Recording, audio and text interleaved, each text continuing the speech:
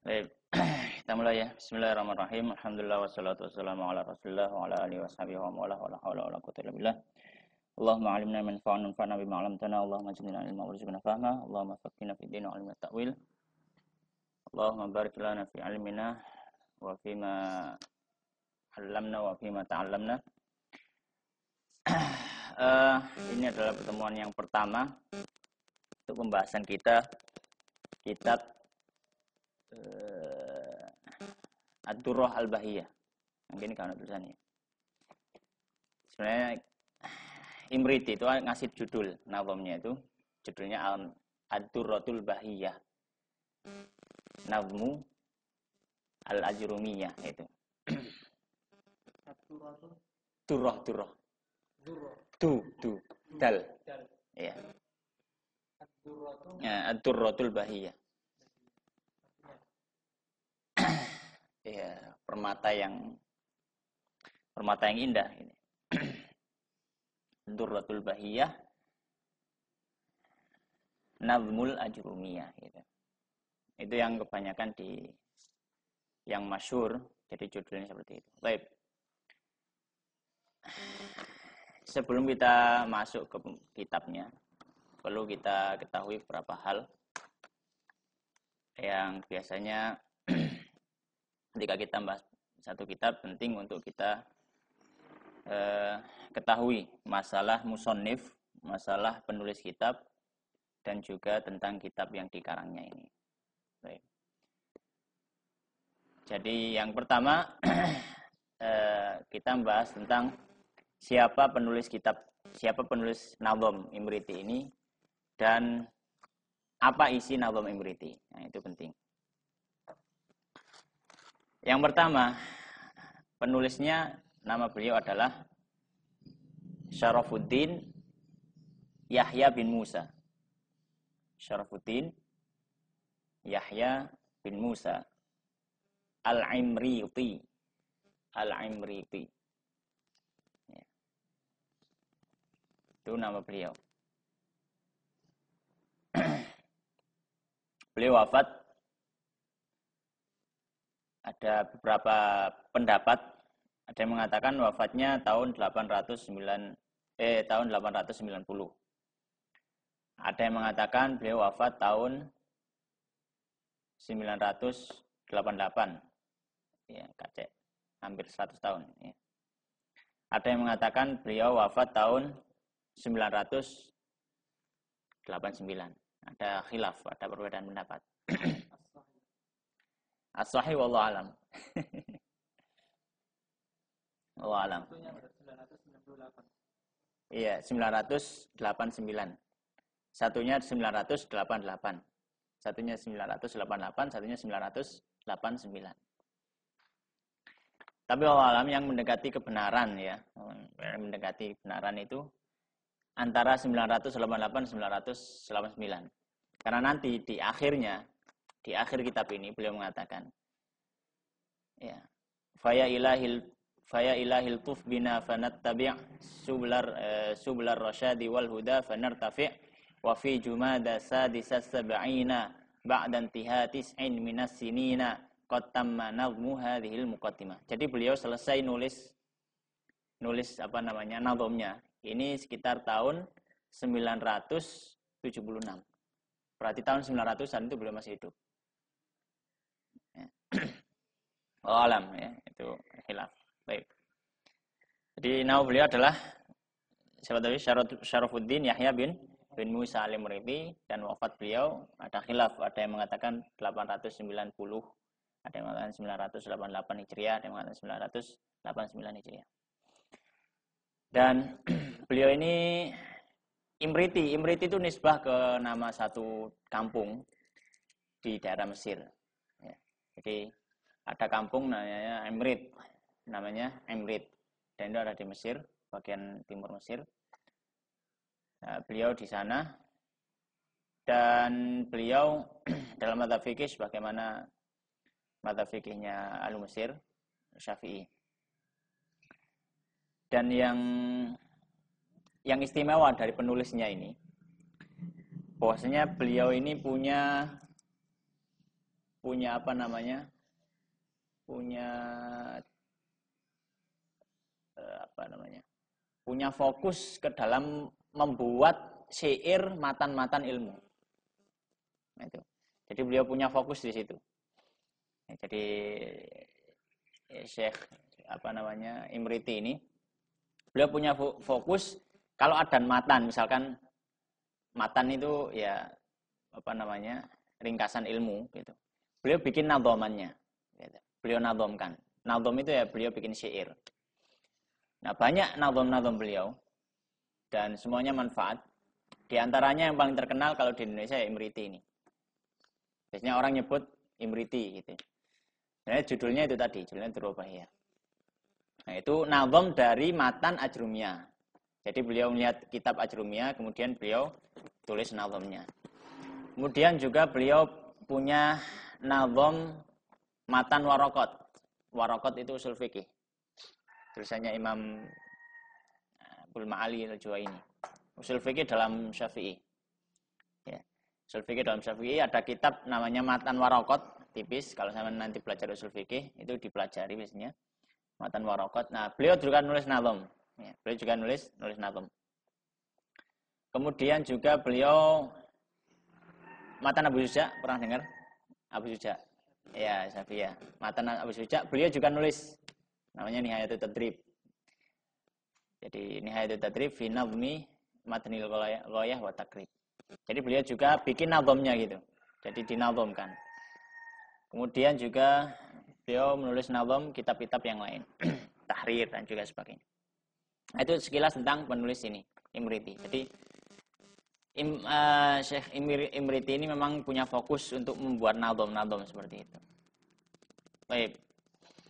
Kemudian adapun kitab beliau ini yang masyhur di kalangan kita itu lebih sering disebut dengan nadhom Imriti atau Imriti.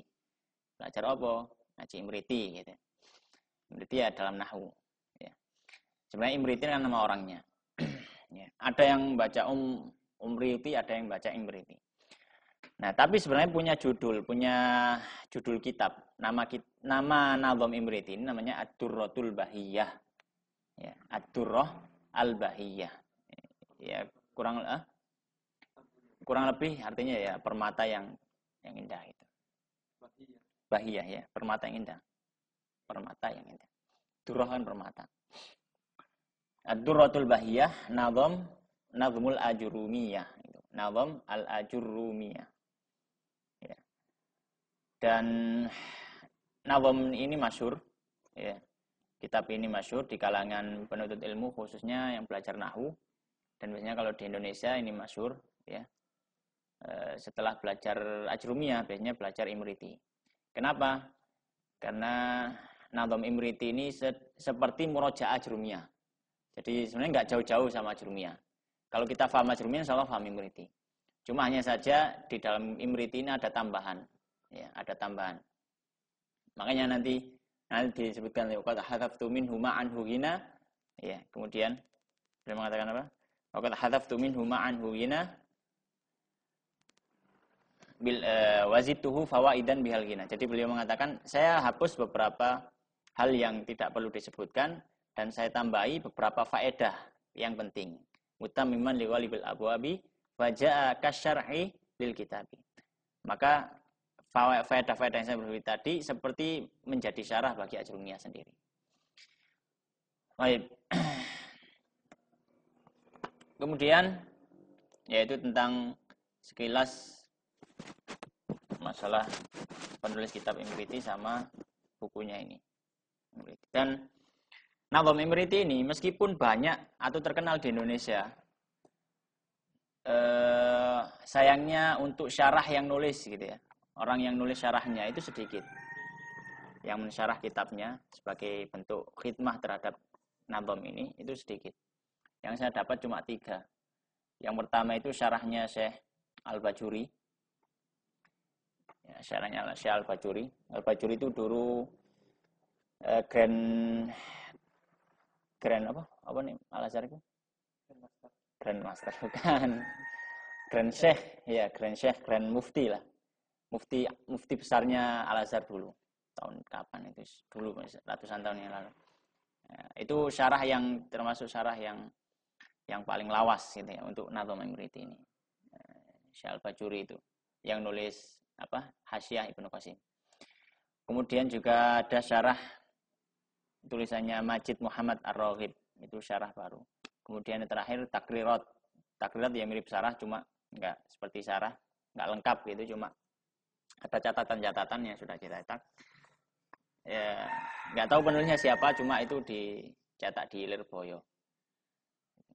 Yang saya biasanya bawa waktu ngafalin itu. Nah, itu enggak tahu, mungkin yang nulis sama saya Lirboyo sana, cuma ya enggak tahu siapa penulisnya, enggak disebutkan. Dan enggak ada yang lainnya gitu. Saya cari-cari syarahnya. Yang paling tua yaitu syarahnya Al-Bajuri itu. Akan tapi kalau syarah dalam bentuk seperti ini diajarkan atau apa ya banyak. Pondok pesantren punya salafiyah yang tradisional ya pasti diajarkan gitu. Sebelum belajar alfiyah. Kemudian itu bab pertama dari pembahasan sebelum masuk kitab. Bab kedua dari pembahasan ini adalah biasanya para ulama ketika mensyarah satu kitab, maka mereka mulai dengan mabadi'ul ilmil asyrah. Apa itu? Yaitu kita harus tahu 10 hal penting dalam satu ilmu. Dinazamkan sama As-Sabban. Beliau mengatakan inna mabadi'a kulli fannin asyrah al-haddu wal mawdu'u thumma thamrah wa fadluhu wa nisbatun wal wadi'u wal ismul istimdadu ka hukmu syari'u masailu wal ba'du bil ba'd iktafa wa man daral jami'a nala syarafa. Jadi ada 10 hal yang penting kita ketahui ketika kita mau belajar satu ilmu. Misalkan kita mau belajar nahwu, maka ada 10 hal yang penting kita harus pelajari. Yang pertama tentang had. Had itu ta'rif, pengertian dari ilmu itu. Kita belajar fikih. Fikih itu apa artinya? Usul fikih apa artinya? Belajar nahwu apa artinya? Ya, itu harus penting, harus diketahui. Yang kedua, al-maudhu'. Pembahasan ya, atau yang dibahas atau lahan pembahasan ilmu ini di masalah apa? Misalkan fikih. Ya, maka lahan pembahasannya ya tentang tentang ahkam ya, tentang hukum-hukum, ahkam taklifiyah, tentang hukum-hukum praktis dalam ibadah. Itu. Kemudian tentang samrah, buahnya apa? Kalau sudah belajar ilmu ini dapat apa? Buahnya apa? Efeknya apa? Yang keempat, fadl, keutamaan. Keutamaan mempelajari ilmu ini apa? Itu penting, kita harus tahu. Yang kelima, nisbah. Ya, yang kelima adalah nisbah, yaitu ini masuk cabang ilmu apa gitu. Masuk cabang ilmu apa. Kemudian yang keenam, al-wadi', siapa yang memprakarsai dalam ilmu ini gitu. Siapa yang awal menulis ilmu ini. Kemudian yang keberapa? 7 sekarang ya. Al-ism, nama ilmu ini apa? Gitu. Nama ilmu ini apa? Al-ism. Yang ke-7 nama. Yang ke-8 istimdad. Yang ke-8 itu dalil dari ilmu ini diambil dari mana? Gitu. Dalil diambil dari mana? Kemudian hukmu syari'. Yang ke-9 hukmu syari'. Apa hukumnya belajar ilmu ini? Kemudian terakhir adalah masail, tentang masalah-masalah yang dibahas dalam ilmu tersebut. Baik. Kita akan bahas satu-satu. Yang pertama, ta'rifun nahwu. Mengetahui, mengenal atau arti dari nahwu. Nahwu itu apa artinya? Bahasa Arab. Bukan. Nahwu apa? Nahwu itu secara bahasa apa artinya? Secara bahasa artinya jihad. Jihad itu apa jihad?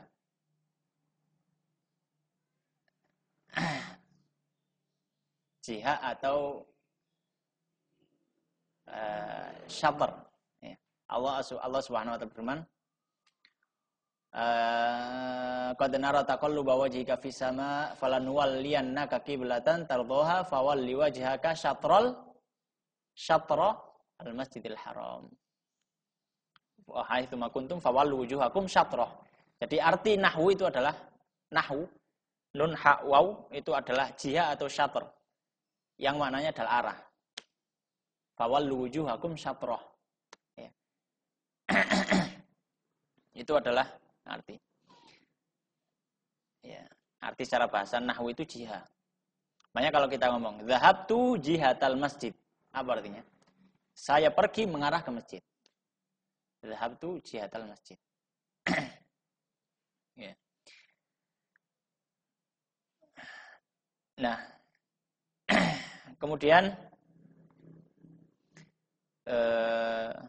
asal usulnya perlu nggak? Kok dinamai nanti ya isim nanti. Kalau secara istilah ya ilmu itu ilmu nahwu adalah ilmu yang mempelajari kaidah-kaidah dalam hukum akhir kata bahasa Arab. Ya. Ketika ditarkib atau ketika tersusun. Ya. Jadi mempelajari atau ilmu yang berhubungan dengan kaidah-kaidah hukum-hukum akhir dari kata bahasa Arab ketika disusun. Kalau bahasa Arabnya wal ilmu bil qawaidil lati yu'rafu biha kamu awakhiril kalimatil arabiyyah. Ya, fi hali tarkibiha minal i'rabi wal bina'i wa ghairi dzalik. Seterusnya. Ya. Maka kita tahu dari takrif ini, dari pengertian al-ilmu bil qawaidil lati yu'rafu biha, atau sama tulis mungkin ya. Artinya ya. Takrifnya. Baik. Arti ilmu nahwu adalah al-ilmu bil qawaidi dengan kaidah-kaidah. Bil qawaidi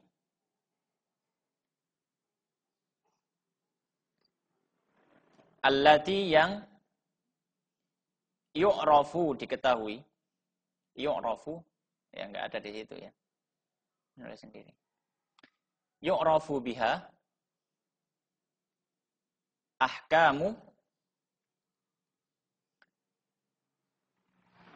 awakhiril kalimati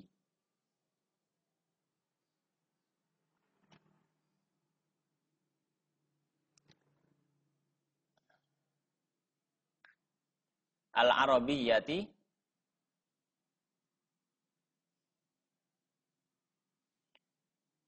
fi hali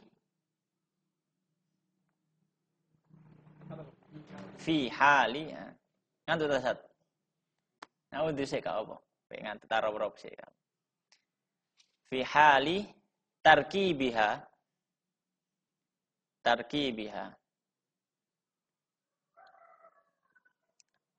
minal i'rabi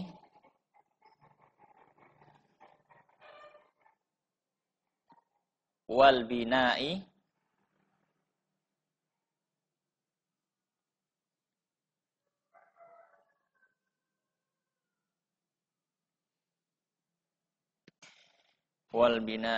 wa ma yatba'u dzalika. Wa ma yatba'u dzalika.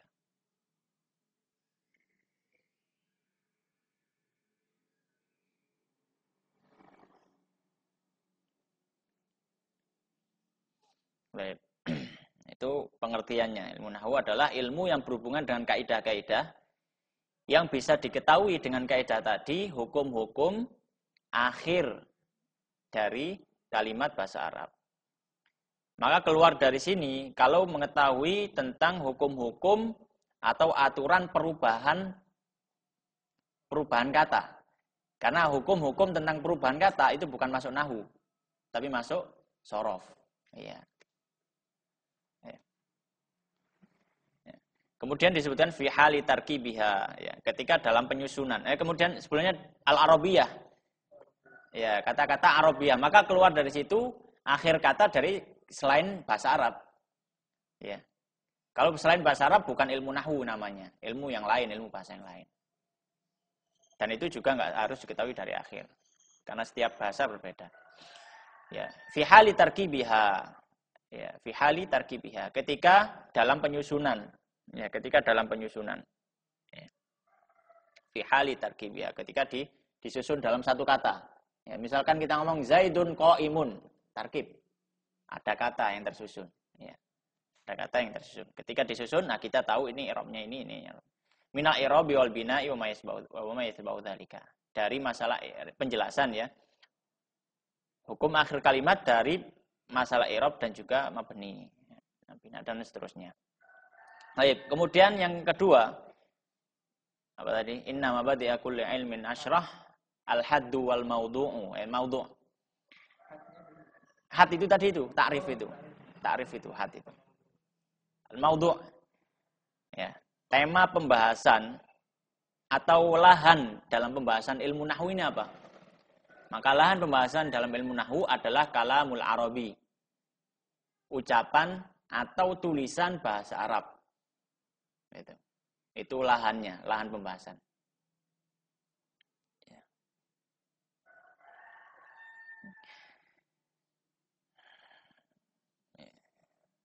Lahan pembahasan. Maksudnya apa lahan pembahasan itu? Seperti gini. Fikih. Fikih itu lahan pembahasannya apa? Lahan pembahasannya itu adalah membahas masalah hukum yang dilakukan oleh mukallaf. Ada orang minum berdiri, misalkan. Ada orang minum berdiri. Nah, di situ fikih bahas hukumnya apa. Itu namanya lahan. Lahan itu jadi apa namanya? Hukum-hukum yang berhubungan dengan perbuatan atau ucapan seseorang. Itu lahannya ilmu fikih. Jadi menyebutkan hukumnya apa. Ada orang wong mesuh misalnya. Itu lahan fikih menghukumi apa hukumnya. Nah, itu. Jadi di situ fikih. Nah, nahwu kayak gitu. Ada tulisan teks bahasa Arab, ada orang ngomong bahasa Arab. Maka di situ lahan nahwu untuk mengetahui hukum-hukumnya. Itu namanya maudhu'. Yang ketiga, thamrah. Apa hasil yang didapat? Apa hasil yang didapat? Hasil yang didapat sebenarnya nanti sudah disebutkan sama Nazim Imriti tadi. Kayak fahamu ma'ani al-Qur'ani wa sunnati tahqiqatil ma'ani. Di antara yang paling besar adalah ketika seorang bisa belajar nahwu, yang pertama dia paham Al-Qur'an. Ya, karena Al-Qur'an itu bahasa Arab. Ya. Kemudian yang kedua dia akan paham hadis. Ya. Orang tidak boleh bicara, bukan bicara ya. Orang tidak boleh menafsiri hadis atau menafsiri Al-Qur'an, ya, atau menafsiri Al-Qur'an tanpa mengetahui bahasa Arab. Ya, tanpa mengetahui bahasa Arab. Makanya kalau mau belajar ilmu, kalau mau fokus ilmu agama ya harus belajar bahasa Arab, itu dasarnya. Enggak bisa bahasa Arab ya. Coro kasare, saiki aja tadi ustaz gitu. Coro kasare gitu ya. Cuma ya enggak. Ya bahasa Arab sebagai dasar.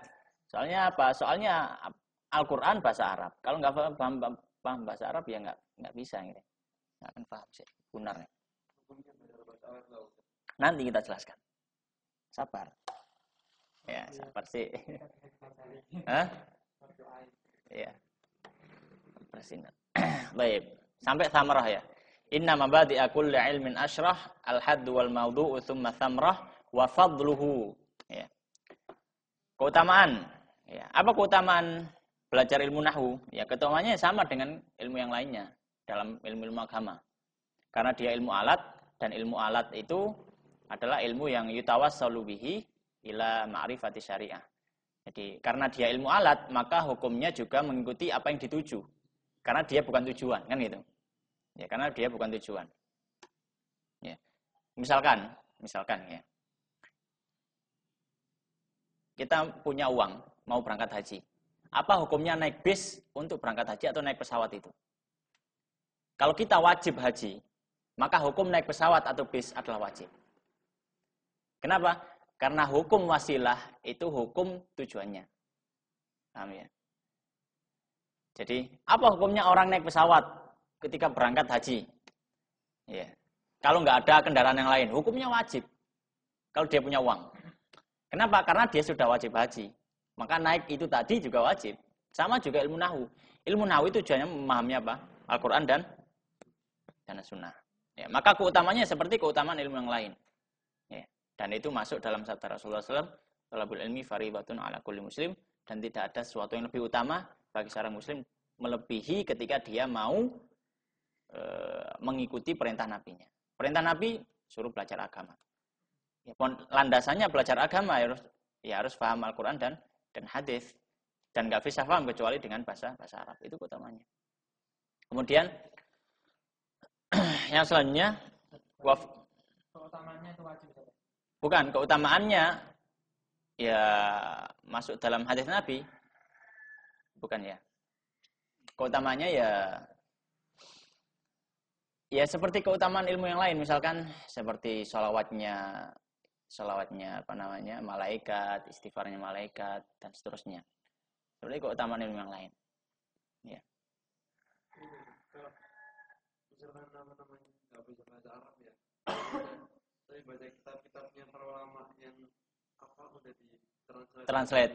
Ya boleh untuk konsumsi sendiri atau untuk kalangan pribadi sekitarnya. Dan dia menyampaikan sesuai kapasitas ilmunya. Yang tidak boleh adalah dia buka teks bahasa Arab, kemudian dia menafsiri sendiri. Sedangkan dia nggak paham bahasa Arab. Itu nggak boleh. Tapi kalau lihat terjemahan, kemudian dia menyampaikan sesuai terjemahan itu, ya tidak masalah. Karena itu termasuk menyampaikan dakwah, tidak masalah. Tapi kalau dia sudah berani menyampaikan teks seperti itu, bahwa teks bahasa Arab, misalkan hadis bahasa Arab, kemudian dia sampaikan sesuai dengan apa yang dia pahami dari terjemahan. Ini sering, kadang gitu. Dia punya teks bahasa Arab, bawahnya terjemahan. Yang dia pahami, yang dia tafsiri terjemahannya. Itu termasuk satu kesalahan bagi seorang dai. Jadi yang difahami dan yang ditafsirkan itu bukan dari terjemahannya. Kalau nggak bisa bahasa Arab, ya cukup bacakan terjemahannya dan pemahaman yang terbatas di terjemahan itu. Jangan dikembangkan dari terjemahan. Karena mengembangkan sunnah dari terjemahan itu seperti menafsirkan kan. Sedangkan menafsirkan ya tidak boleh dari terjemahan. Karena terjemahan itu terbatas. Kadang salah orang yang terjemah, kadang terjemahnya nggak pas, kan gitu. Makanya penting belajar ilmu bahasa Arab. Baik. Jadi keutamaannya ya seperti keutamaan hadis yang lain, misalkan barang siapa yang atau innallaha wa malaikatahu yusholluna ala muallimin nasil khair wa muta'allimihi. Allah Subhanahu wa taala dan malaikat bersolawat mendoakan bagi orang yang mengajarkan manusia kebaikan dan juga orang yang belajar kebaikan. Misalkan hadis itu. Maka mendapat kebaikan dari Allah, mendapat solawat dari malaikat, mendapat istighfar dari para hewan-hewan yang ada di laut dan juga yang ada di darat. Banyak keutamanya. Kemudian nisbah. Ya. Wa fadluhu wa nisbatun wal wadi'u ya. Nisbah. Nisbah itu ilmu nahwu ini masuk cabang ilmu apa? Nah, nisbahnya ya termasuk cabang ilmu bahasa Arab ya. Minal ulumil arabiyyah gitu ya. Termasuk ilmu bahasa Arab itu. Ilmu bahasa. Ya. Ilmu bahasa. Kemudian yang ke-7 ya. Ke-6 ya. Wa nisbatun wal wadi'u. Wadi' itu siapa yang pertama kali membuat ilmu ini. Ya. Yang masyhur bahwasanya yang memulai menulis ilmu nahwu itu Abul Aswad Ad-Du'ali namanya. Hanya saja kisahnya terbagi menjadi 2. Kisahnya terbagi menjadi 2. Ya. Kisah yang pertama, kenapa Abul Aswad Ad-Du'ali nyuruh sampai nulis ilmu nahwu itu? Yang pertama kisahnya berhubungan dengan sahabat Ali radhiyallahu ta'ala anhu. Di zamannya Khalifah Ali, Abul Aswad Du'ali ini punya anak perempuan. Ya, kisahnya seperti itu. Kemudian ketika dia lihat malam hari, anak perempuannya berkata, "Ma ajmala hadzas sama'u." Ma ajmala hadzas sama'u. Ma ajmalus sama'. Ya, afwan. Ma ajmalus sama'.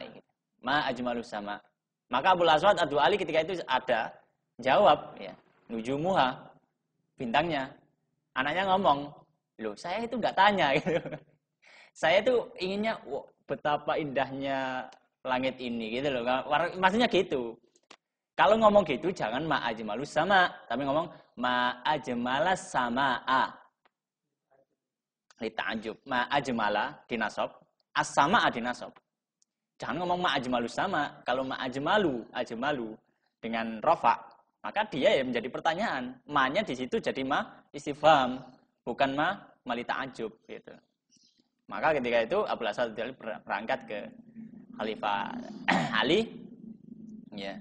Kemudian beliau mengatakan, wahai Sayyidina Ali, sekarang ini sudah banyak orang luar yang masuk Islam, kemudian mereka belajar bahasa dan ngomong bahasa Arab tapi belepotan gitu. Tolong ini bikin kaidah lah, biar gak rusak bahasa Arab gitu. Akhirnya sahabat Ali itu menulis beberapa, diceritakan bahwasanya beliau menulis banyak isim, itu terbagi menjadi 3. Yang pertama, kata dalam bahasa Arab, kalimat dalam bahasa Arab terbagi menjadi kita, al-ismu wal fi'lu wal harf. Kemudian dikasihkan ke Abu Aswad unhu ala hadzal nahwi. Pergilah ke arah ini gitu. Nah, itu kisah yang pertama. Kisah yang kedua berhubungan dengan Khalifah Umar bin Khattab. Ya. Khalifah Umar bin Khattab ya. Di zamannya pernah ada orang Arab, mungkin orang bukan asli Arab atau mungkin karena sudah bercampur. Ada yang baca Al-Qur'an ya, di surat At-Taubah. Innallaha gimana surat At-Taubah itu? Innallaha bari'um minal musyrikina wa rasuli. Jadi ini. Innallaha sesungguhnya Allah bari'un berlepas diri minal musyrikina atau minal kafirnya. Innallaha bari'un minal musyrikina. Minal kafirina saya ragu saya. Coba kita lihat ya. Jadi ataf itu tadi. Minal kafirina musyrikin ya. Enggak tahu itu. Innallaha bari'un minal musyrikin ya kayaknya. At-Taubah ayat ayat yang awal. Musyrikin kejar kan ada. Iya. Ini warasuli, kan kalau kejar berarti kan warasuli itu di atas nang al-musyrikin. Tapi digabung kan iku waniku wati Atof. Betul sing asline lho. Istinaf. Iya sama mau atof, cuma diatofkan kemana gitu. Oh iya. Innallaha bari'un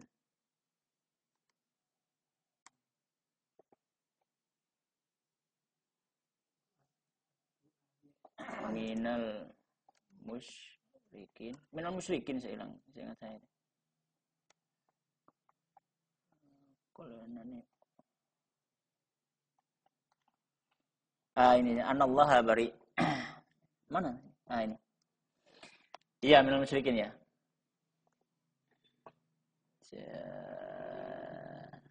Mana? Ya, anallaha bari'um minal musyrikin. Anallah ya. Jadi dia bacanya anallaha bari'un minal musyrikina wa rasulihi. Jadi rasul diatofkan ke musyrikin. Jadi yang maknanya artinya adalah bahwasanya Allah berlepas diri dari orang musyrik dan rasulnya. Maka ketika mendengar hal itu, ya, ketika orang Arab baca Al-Qur'an itu, jadi dia baca, kalau dulu kan enggak ada harokatnya. Dia bacanya gitu. Ya, bacanya gitu. Ada orang dengar. Ya. Ketika dia selesai baca, kemudian dia ngomong, "Loh, kalau gitu ya saya lebih berlepas diri kepada rasulnya. Allah saja berlepas diri dari rasulnya, saya lebih berlepas diri." Gitu. Karena dia baca anallaha bari'um minal musyrikina wa rasulih gitu. Maka ada orang yang dengar omongannya orang Arab tadi, dia bahwasanya dia berlepas diri itu kan omong kufuran. Ya. Kan orang kalau mengatakan saya berlepas dari Rasulullah, itu kufur. Ya. Tapi dia jahil. Maka berangkat ke Khalifah Umar. Kemudian dia mengatakan, "Wahai Umar, saya mendengar orang Arab baca gini-gini dan seperti ini." Gitu. Dan akhirnya sahabat Umar dipanggil orang Arab tadi. Gimana kamu baca Al-Qur'annya? Innallaha bari'um minal musyrikin wa rasulih gitu. Maka sahabat Umar marah. Bukan seperti itu bacanya. Annallaha bari'um minal musyrikina wa rasuluh. Karena rasul itu ataf ke Allah, bukan ataf ke musyrikin. Allah itu berlepas diri dari orang-orang musyrik dan juga rasulnya berlepas diri dari orang-orang musyrik. Itu maksudnya. Ataf kemana? Allah. Innallaha itu maksud. Oh iya ya, fa'an. Annallaha bari'um minal musyrikina wa rasuluhu. Oh ya, dia wawunya wawu istinaf berarti afan ya. Wawunya wawu istinaf dan rasulnya itu menjadi iya, berarti atofnya ke bari gitu ya. Atofnya ke bari ya. Iya, atofnya ke bariun. Ya. Jadi atofnya ke bariun, maka dia mengikuti hukum i'rabnya bari, berlepas diri. Rasulullah juga berlepas diri gitu. Nah, ketika melihat seperti itu, maka sahabat Umar mengatakan, ya, tidak boleh ada yang baca Quran kalau dia nggak paham bahasa Arab. Kalau dia nggak paham bahasa Arab. Akhirnya, kemudian dia manggil Abul Aswad Ad-Du'ali, kemudian disuruh nulis masalah nahwu. Kemudian Abul Aswad Ad-Du'ali menulis beberapa kaidah, kemudian di situ diomongkan kepada Umar. Sahabat Umar mengatakan, unhu ala hadan nahwi. Ya, disitulah asal-usul kata nahwu. Karena omongan itu ada unhu ala hadza nahwi. Baik, itu jadi peletak dasarnya adalah Abul Aswad Ad-Du'ali yang masyhur seperti itu. Isim yang kedua, ya. Isim. Ya. Fadluhu wa nisbatun wal wadi'u wal ismul istimdadu hukmu syari'u. Yang selanjutnya isim, namanya adalah ilmu nahwu. Sebagaimana ucapan tadi. Ucapan Ali tadi, unhu ala hadzan nahwi. Yang kedelapan, istimdad. Istimdad itu dalilnya dari mana ilmu nahwu ini? Dalilnya yang pertama dari Al-Qur'an. Dalil yang kedua dari hadis, dalil yang ketiga dari ucapan bahasa Arab. Ucapan orang Arab yang dia bisa menjadi hujah. Karena tidak semua ucapan orang Arab itu bisa menjadi dalil untuk ilmu nahwu. Ya. Jadi tidak semua orang Arab omongannya bisa menjadi hujah. Ya, bahasa Arab itu ada zaman ketika dia belum berubah. Ada zaman ketika dia sudah berubah, tapi ada orang-orang yang memang pakar. Termasuk di dalamnya Imam Syafi'i. Imam Syafi'i itu bahkan para ulama bahasa mengatakan bahwasanya Syafi'i mimma yu'khadhu anhul lughah. Imam Syafi'i itu termasuk orang yang ucapannya menjadi dalil bahasa Arab. Jadi kalau Imam Syafi'i mengatakan itu bahasa fasih, bahasa fushah. Dan itu bisa jadi dalil. Termasuk Imam Syafi'i. Ya. Dan enggak semua, gitu ya, enggak semua. Nah, jadi misalkan ada orang Arab hari ini ngomong, gitu ya. Maka nggak bisa jadi hujah meskipun dia orang Arab. Karena kadang orang Arab ngomong salah gitu ya. Waktunya kasar ya. Wal muwaddafin gitu ya. Fa innal muwaddafun gitu ya. Fa innal muwaddafun gitu. Ya ada inna ya harus nasab gitu ya. Baik. Jadi itu tadi dalilnya bahasa nahwu itu Quran, Sunnah dan bahasa Arab. Yang ke-9 adalah hukumnya. Apa hukum belajar ilmu nahwu ini? Hukumnya adalah fardu kifayah. Kenapa kok fardu kifayah? Karena dia berhubungan dengan pendalaman untuk mempelajari Al-Quran hadis. Dan tidak semua orang wajib untuk mendalami. Yang penting kan amal, kan gitu ya. Yang penting kan amal. Jadi apa hukumnya belajar ilmu nahwu? Karena ilmu nahwu itu tujuannya untuk mendalami Al-Quran dan hadis. Dan mendalami Al-Quran dan hadis hukumnya fardu kifayah. Kalau sudah ada dalam satu kampung orang yang mendalami ilmu agama, memahami Al-Quran, memahami hadis dengan benar, bisa bahasa Arab, itu cukup. Satu orang cukup dalam satu kampung yang bisa menjadi rujukan. Tapi kalau nggak ada yang belajar sama sekali, akhirnya nggak ada yang bisa dimintai rujukan. Kalau tanya masalah agama nggak tahu ke siapa, maka dosa semua. Ya. Maka dalam satu komunitas sebenarnya ada yang belajar ilmu tersebut. Maka ilmu nahwu sebagaimana mendalami ilmu Al-Quran dan hadis adalah fardu kifayah, belajar ilmu nahwu juga fardu kifayah. Kalau dai itu wajib ya? Kalau dia sudah berani ngomong, berani memberikan jawaban atas permasalahan orang dalam masalah ilmu agama, ya wajib. Dari mana dia dapat dasaran seperti itu kalau nggak dari Al-Quran dan Sunnah? Ya. Kalau dia berani ngambil dasaran dari Al-Quran dan Sunnah, dia harus paham bahasa Arab. Nggak cukup cuma terjemah saja. Terjemah ya boleh, cuma jangan sampai jawab pertanyaan orang. Gitu. Apalagi di umum ya. Kalau keluarga sendiri untuk terbatas ya boleh. Tapi kalau sudah berani di umum, ya harus bisa bahasa Arab. Harus bisa bahasa Arab. Nanti ditanya dalil mana? Sisi pendalilannya mana? Ya harus tahu kan. Kalau nggak tahu bahasa Arab ya bingung. Yang terakhir adalah masail. Masailu wal ba'du bil ba'd iktafa wa man nala al jami'ah hazas syarafa. Terakhir adalah masalah-masalah yang dibahas dalam ilmu nahwu itu ya banyak. Di antaranya adalah pembagian kalam, kemudian hukum-hukum i'rab, kemudian hukum-hukum mabni, kemudian yang selainnya. Baik. Tinggal sedikit ya. Kau kan setiap pertemuan 1 jam nggak masalah kan? Ya, baik. Kita sudah lebih 1 jam tak?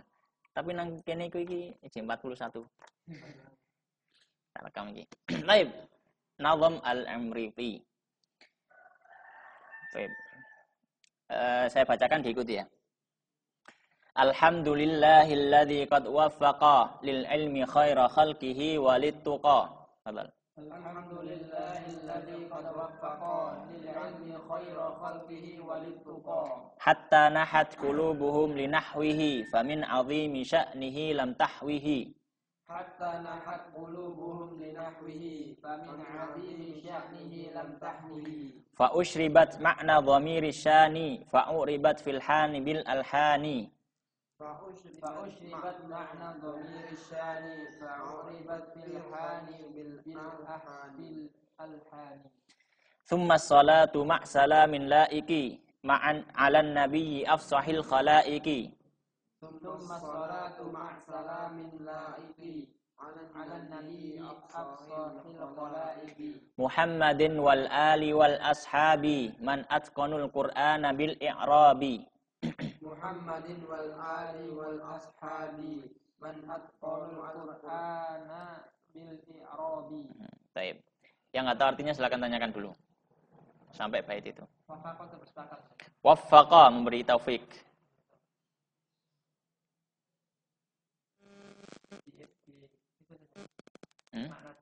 Oh gitu.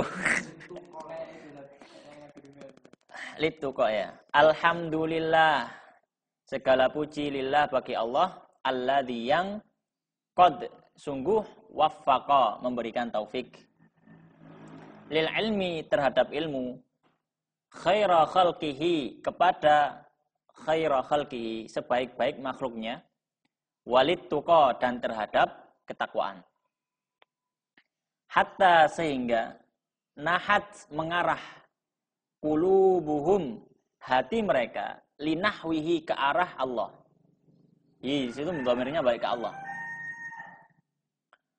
Famin maka termasuk ya, famin maka karena gitu ya. Azimi agungnya sya'nihi perkara Allah. Itu karena agungnya Allah, kebesaran Allah gitu maksudnya. Lam tahwihi hatinya tidak bisa mengetahuinya.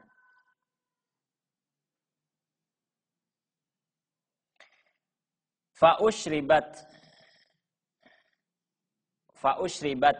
maka dimasukkan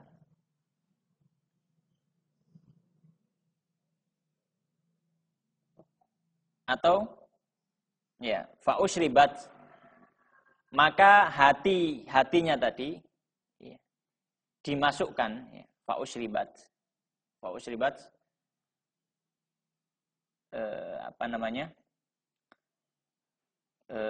naibul fa'ilnya qulub ya.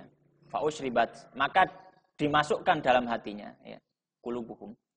Makna dhamir syani, makna dhamir sya'an. Dhamir sya'an itu maksudnya kalimat tauhid la ilaha illallah.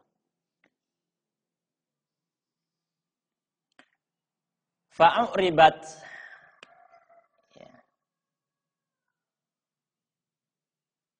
Ya.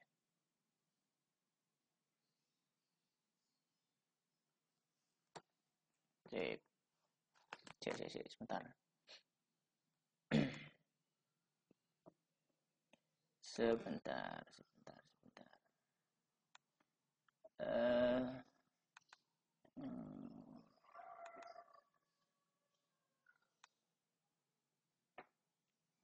Mana ini?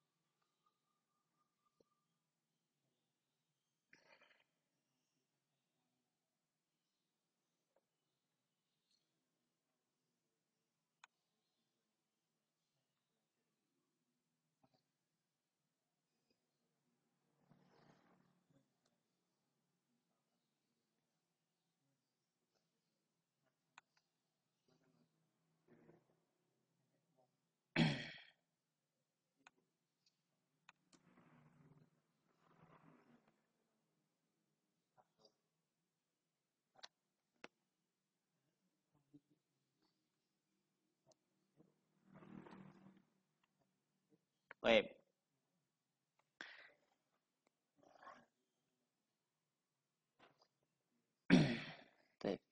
Fa'uribat fil hani bil alhani. Fa'uribat maka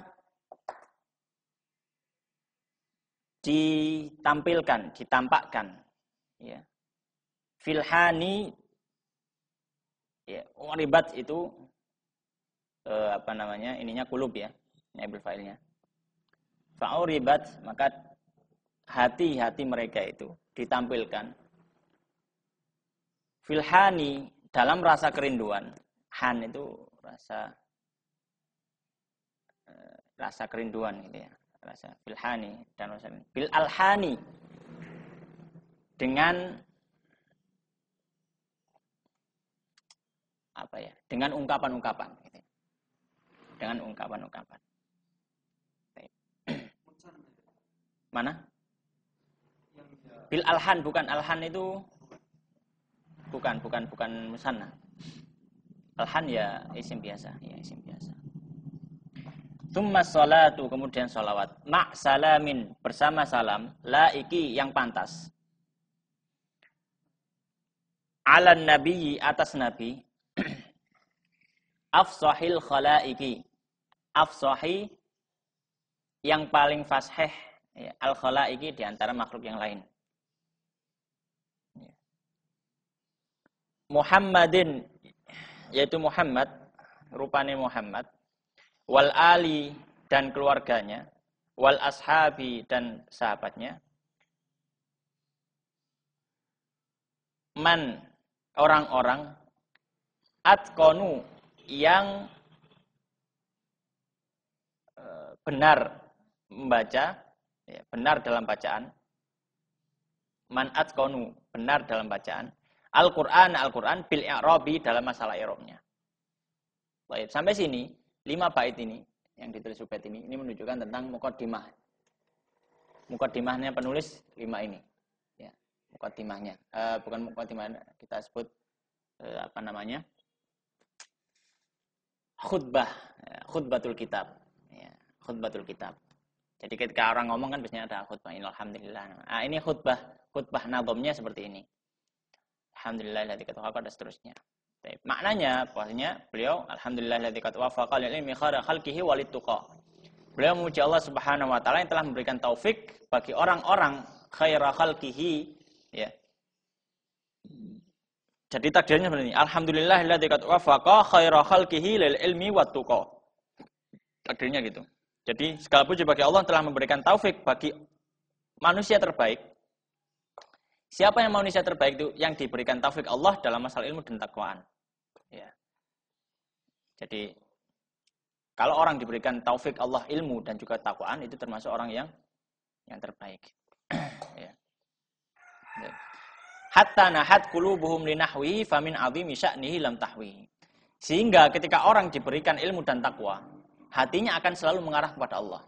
Hatta nahat qulubuhum litahwillah. ilallah gitu maksudnya. Hingga hatinya senantiasa mengarah kepada Allah Subhanahu wa taala. Karena buah dari ilmu dan takwa adalah kepada Allah Subhanahu wa taala. Seperti itu. Fa min 'azimi sya'nihi lam tahwihi. Karena begitu agungnya Allah Subhanahu wa taala, lam tahwihi, hati mereka tidak bisa mengetahui keseluruhan bagaimana Allah. Tahwi itu maknanya ya ahata, ya. Ahata itu mengetahui secara menyeluruh. Mengetahui secara menyeluruh. Jadi karena begitu agungnya Allah Subhanahu wa taala tidak diketahui secara menyeluruh. Karena manusia terbatas. Ya kan? Manusia terbatas, ya. La tudrikuhul basar, la tudrikuhul absar wa huwa yudrikul absar. Allah Subhanahu wa taala, pandangan-pandangan manusia itu tidak bisa mencapai Allah, sedangkan Allah mencapai pandangan mereka. Jadi apa yang dipikirkan manusia ketika berani memikirkan Allah tidak mungkin akan sama. Laisa kamitslihi syai'un. Ya. Jadi tidak boleh kita mentakwilkan sendiri. Ya, mentakwilkan sendiri Allah itu misalkan Allah yanzilu ilas sama'i dunya hina ya baqa thuluthul lail. Allah turun ke langit dunia. Kalau orang berpikir, loh, kalau Allah turun berarti arsy-nya kosong. Ya, karena arsy-nya kosong, ya, berarti Allah butuh tempat, ya, dan seterusnya lah, seterusnya. Kalau butuh tempat, Allah butuh ruang dan waktu bla bla bla bla gitu. Itu enggak boleh. La tudrikul absar. Pandangan manusia tidak bisa mencapai Allah. Sudah. Kita ya apa yang ada di nas ya sudah seperti itu aja.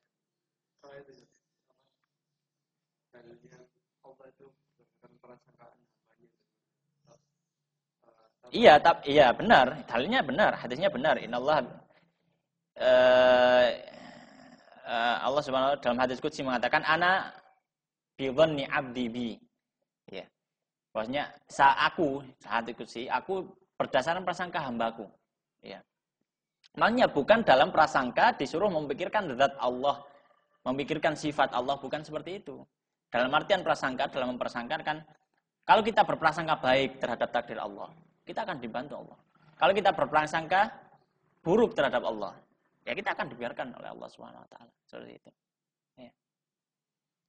Jadi bukan prasangka dalam artian prasangka itu memikir, bukan.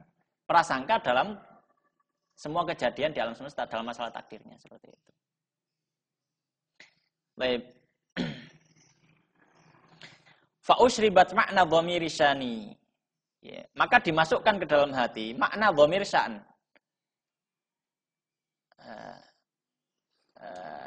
Dhamir syan itu gini, annahu la ilaha illallah gitu ya. Dhamir syan itu.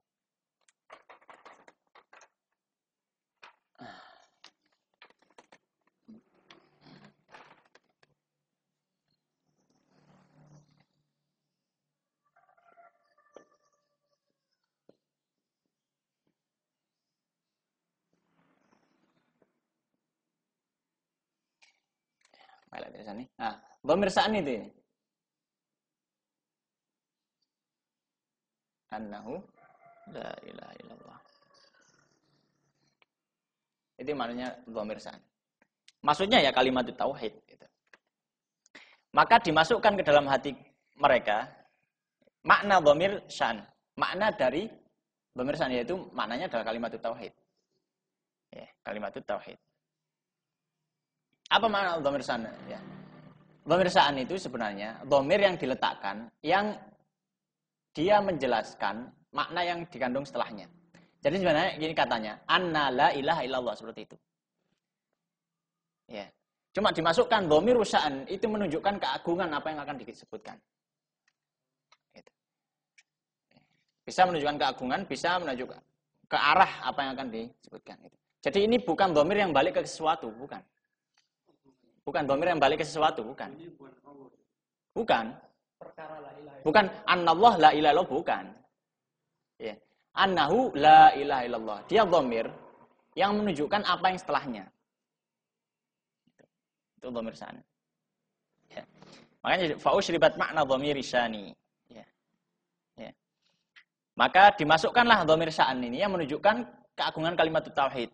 Maka cukuplah seorang itu ketika dia diberi ilmu dan takwa, dia benar-benar memahami kalimat tauhid.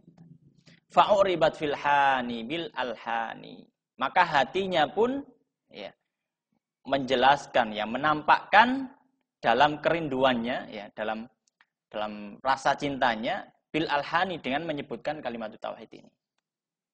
Ketika seorang berzikir la ilaha illallah, la ilaha illallah, ya, ketika itu dia rindu kepada Allah Subhanahu wa taala, dia cinta kepada Allah Subhanahu wa taala, ya, sehingga hatinya berusaha untuk menampakkan bentuk kecintaan dan muncullah kalimat la ilaha illallah. Nah, ini namanya ini namanya bara'atul istihlal. Apa bara'atul istihlal itu? Ketika menyampaikan muqaddimah, dia menyebutkan kata-kata yang ada hubungannya dengan istilah ilmu tersebut. Ada istilah apa tadi? Hatta nahat qulubuhum linahwihi, ada istilah nahwu. Kemudian ada dhamiru sya'ni, dhamir sya'an. Itu kan masalah nahwu semua. Kemudian da'u ribat, i'rab, masalah nahwu. Nanti juga ada masalah atqanul Qur'ana bil i'rabi, ada masalah nahwu. Afsahul khalaiki, masalah nahwu. Jadi ketika seorang, ya, misalkan kita mau ngaji fikih, kemudian saya muqaddimah. Alhamdulillahilladzi yufaqihu man ahabbahu, misalkan.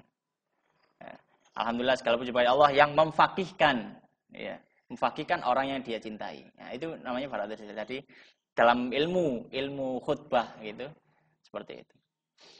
Tsumma salatu ma' salamin laiki 'alan nabi afsahil khalaiki. Kemudian salawat serta salam, ya, dan seterusnya, ya, atas nabi yang afsahil khalaik, yang paling fasih. Kenapa nabi disebut paling fasih?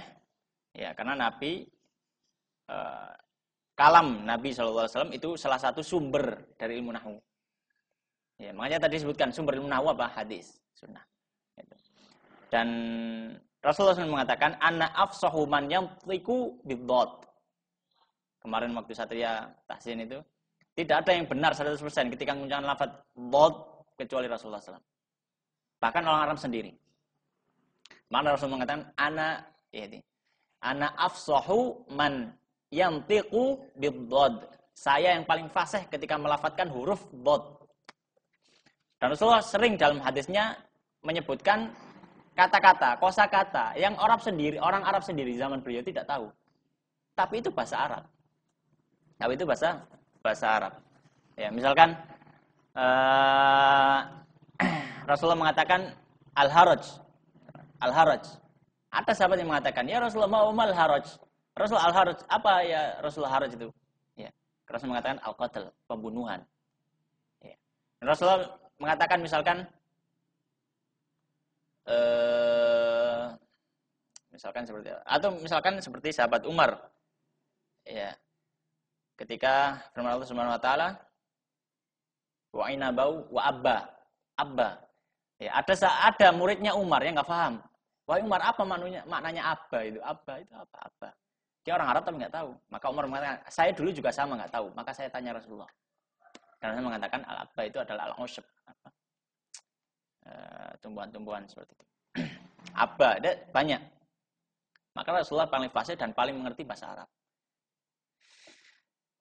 Muhammadin, ya, wal ali dan keluarga Nabi, wal ashabi dan para sahabatnya, man atqanul Qur'ana bil i'rabi. Yang mereka semua itu yang atqanu, yang benar dalam membaca Al-Qur'an bil i'rabi, dengan i'rabnya. Ya. Dengan i'rabnya. Makanya tafsiran yang utama adalah tafsir Al-Qur'an dengan Al-Qur'an, kemudian tafsir Al-Qur'an dengan hadis, kemudian tafsir Al-Qur'an dengan qaul sahabat. Karena mereka yang man atqanul Qur'ana bil i'rabi, yang paling tahu masalah Al-Qur'an. Baik, selanjutnya. Kurang 1 menit ini saja. Ya bagi. Lanjut sampai entek dah. Maksudnya sampai babul kalam dah. Si wakil sampai babul kalam ini. Ini dihafal. Atau sampai sini aja, sampai mukadimah dulu. Iya, iyalah. Sampai sini aja. Insyaallah selanjutnya wa ba'du fa'lam annahu lam maktasar julul wara' al kalamil mukhtasar. Kalau ketemu lagi silakan dihafalkan sampai bil i'rabi. Disetorkan. Ada pertanyaan?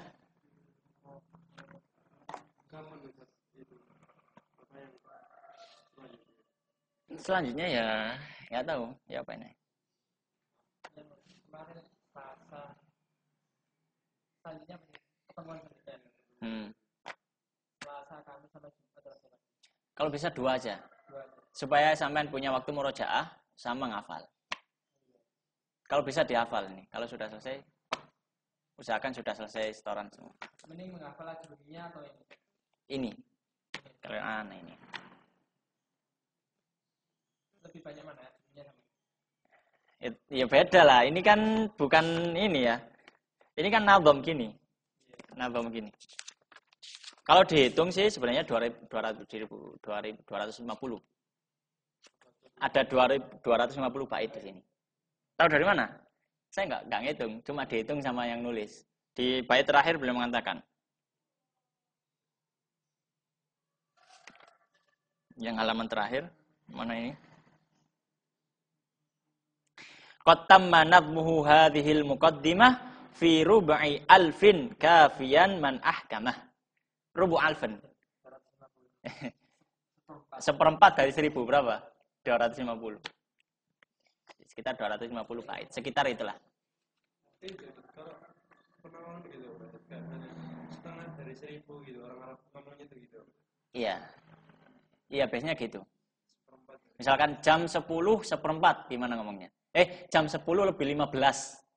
Orang Arab ngomongnya jam 10 seperempat. Waruba. Gitu. As-sa'ah al-ashirah waruba'u. Seperempat. Kalau kita ngomong jam 10.30, orang Arab ngomong jam 10 dan setengah. Jam 10 dan setengah jam gitu maksudnya. Jam setengah. Kalau misalkan kita ngomong jam 10.45, orang Arab ngomong jam 11 kurang seperempat. Gila. Jam 11 kurang seperempat kan jam 10 lebih 45. 11 kurang seperempat. Ya gak ribet. Orang Arab nganggap kita juga ribet. Apa kok leren 45, leren seperempat, setengah. Itu kan selesai gitu. Ya. Ya, sesuai dengan manusia kan sesuai dengan keribetannya masing-masing. Kalau ngomong 5 ya, apa ngomong separuhnya 10 gitu kan? 5? Ya enggak. Kalau ngitung angka biasa ya 1, 2, 3, 4, 5 biasa. Kalau ratusan ribuan itu baru. Bukan. Untuk beberapa hal saja, enggak semuanya. Enggak semuanya. Seperti waktu, jam. Itu. Mereka seperti itu. Jam. Seperti itu. Jadi enggak semuanya. Atau ilmu waris. Ya, ilmu waris tambah perperan semua, desimal pecahan semua. Ya. Wali abawa ini likulli wahidin minhumas sudus. Ya. Dan bagi orang tua, maka bagi keduanya ada sudus, 1/6. Ya, kemudian in kana lahu ikhwatun fali ummihi fa in kana lahu ikhwatun fali ummihi sudus. Kalau punya saudara banyak, maka ibunya dapat 1/6. Gitu. Lidzakari mislu hadzil unsayain. Bagi perempuan dapat 2 bagian laki-laki. Maknanya apa? Maknanya setengah. Baik. Waris itu gitu. Kalau misalnya seorang mendapat waris itu siapa saja yang dapat? Waduh ya dalam itu, ya panjang itu masanya. Ilmu sendiri. Kitab yang mempelajari waris apa? Ya, Kamul Mawaris. Kitab Mawaris ada. Kawan-kawan baca. Saudara jauh apa? Kejerun. Seorang itu punya saudara, 4 saudara. 4 saudara itu kira-kira semua dapat enggak? Ya kalau saudara kandung ya dapat semua. Kandung maksudnya. Ya dapat semua. Dapat semua. Ya? Dapat semua. Itu setelah itu adalah anak maksudnya paman atau bibinya dapat enggak? Ada anaknya enggak? Ya misalnya ada gitu. Adanya ya, anaknya dapat. Oh, kalau enggak Kalau saudara kan berarti dia pamannya anaknya kan gitu.